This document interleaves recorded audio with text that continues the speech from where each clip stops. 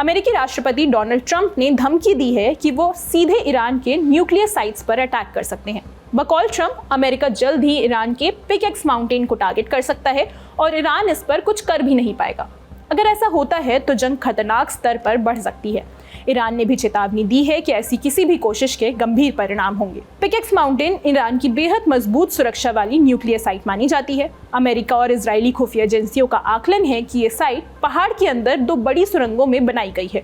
इसे इतनी गहराई में बनाया गया है कि इसे पूरी तरह नष्ट करना बेहद मुश्किल है।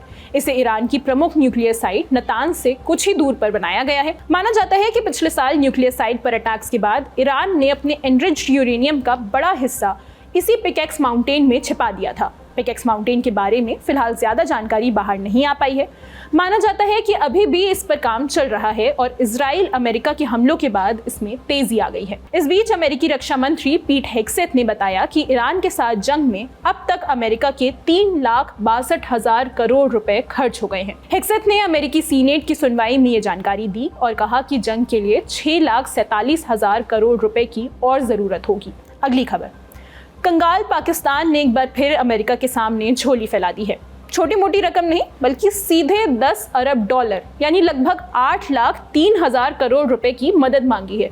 यानी अमेरिका ने जितना अब तक ईरान जंग पर खर्च नहीं किया उससे ज्यादा पाकिस्तान चाहता है कि अमेरिका उसे कर्ज दे दे। न्यूज एजेंसी रॉयटर्स की रिपोर्ट के मुताबिक पाकिस्तान ने एक्सचेंज स्टेबलाइजेशन सपोर्ट फैसिलिटी के तहत अमेरिका से 5 साल के टेन्योर के लिए ये पैसे मांगे हैं। ये एक तरह का लोन होगा जिससे पाकिस्तान को फौरी तौर पर कुछ राहत मिल जाएगी। उसका फॉरेक्स करेंसी रिजर्व बढ़ जाएगा, उसकी करेंसी पर दबाव कम होगा और IMF के लोन से निर्भरता भी घटेगी।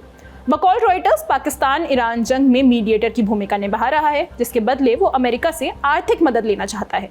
यानी पाकिस्तान इस जंग का इस्तेमाल अपने फायदे के लिए करना चाह रहा है। हालांकि इस खबर पर अब तक ना तो पाकिस्तान और ना ही अमेरिका की तरफ से कोई प्रतिक्रिया आई है। देखना होगा कि अमेरिका उसे ये लोन देता है या नहीं।